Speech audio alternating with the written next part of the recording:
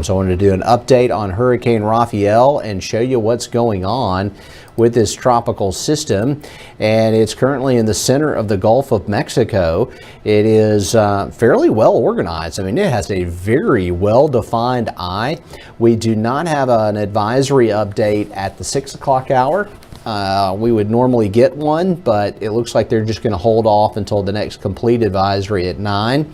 It is over the open water, so it's not really a threat to anything, and the motion is basically straight west. The only issue we're seeing potentially out of this will be rip currents at our beaches, and so that will certainly be something that we will continue to watch for. And all right, here is that beach forecast. I'll get that pulled up for you right now. And so our beach forecast, look at the wave heights, the surf heights, 4 to 6 feet right now, and then tomorrow and Saturday they jump to 5 to 7 feet. We've got a high surf advisory in effect for the area. Definitely expecting to see some rough surf. And back to the satellite image of the system here. And it is very well defined, moving to the west. You can see I got it sped up a little bit there.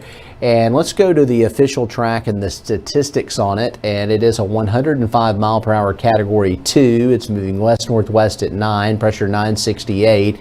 So where's it going? Well, we think it will go towards the west. Earlier, the thinking was that it would end up off of Louisiana somewhere. But there are a lot of different steering currents here that are in play, and the solution that the National Hurricane Center is going with is more of a south direction or southwesterly direction. It doesn't really matter because this thing is going to get ripped to pieces. If it goes to the southwest, it still could be a tropical storm with winds at 40 on Tuesday, but it's not going to be a hurricane. It's going to run into some lower sea surface temperatures, and it's also going to run into water temperatures, dry air, and upper level wind shear. So that's another thing that will really inhibit the storm. Look at the disagreements in the models. Some of the models bring it up kind of to the north and meander it, and others stall it, and then others dip it down into the Bay of Campeche and send it south towards Mexico. If it takes the more northerly route, it's going to get ripped completely apart. It will not survive. The upper level environment is not conducive to strengthening. There's a lot of dry air in the southwestern and the western Gulf of Mexico. We're about to start seeing some wind shear coming into the system, and that's not only going to disrupt the system, but it's going to force dry air into circulation. It's healthy enough right now, it's been able to wall off that dry air, but that may not be able to continue, especially beyond tomorrow. Water temperatures, the storm in the central Gulf, the colors are darker red. Once it gets in the western Gulf, they're more of an orange color, meaning a little closer to 80 degrees, kind of marginal sea surface temperatures, and of course the northern Gulf is shut down. This is what we're seeing with wind shear, and so the system is about to move into an area of moderate wind shear. If it tracked down towards the Bay of Campeche, the wind shear may be a little lower, but it will have that dry air disruption. If it moves to the north, it's going to get completely shredded apart. When the colors start to turn to orange and red, tropical systems just can't hang in there with that kind of environment. And that's what happens in November. The jet stream is happening, and that creates the upper level winds, and that's why the hurricane season is kind of winding down. Water temperatures are cooling, upper level wind shear also a big issue. Looking at the satellite radar picture, it's pretty quiet right now. We've not seen the rain out there today, and really not a lot going on. Maybe a little drizzle this evening. Just wanted to throw up your extended forecast here too. And so we are looking at temperatures into the low 80s, overnight lows in the upper 60s through Veterans Day.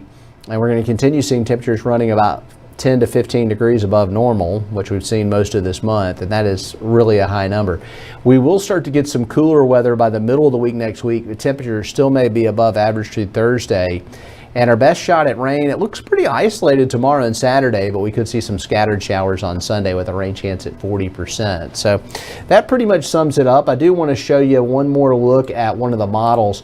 You know, this is what one of the more northerly models is showing. This is the GFS model on what's going on with Raphael.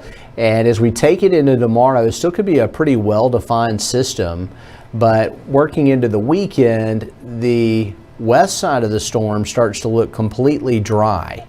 And so we get to the situation where you've got about half of a system and it's likely a tropical storm on Sunday, and then taking it forward into Monday, you can see that there's hardly anything left. It's almost completely devoid of precipitation. There's just a few showers out there. A much weaker system by Monday and into Tuesday, even if it just hangs out there in the western Gulf. So a reduced threat from Raphael. We may still see rough rip currents and swells at the beaches, but that's really about it. We'll continue to have coverage on Raphael on Fox 10 News. We'll have an update at 9 p.m. tonight, and you can check out our morning show with meteorologist Nicholas Urboso tomorrow morning for more on Raphael.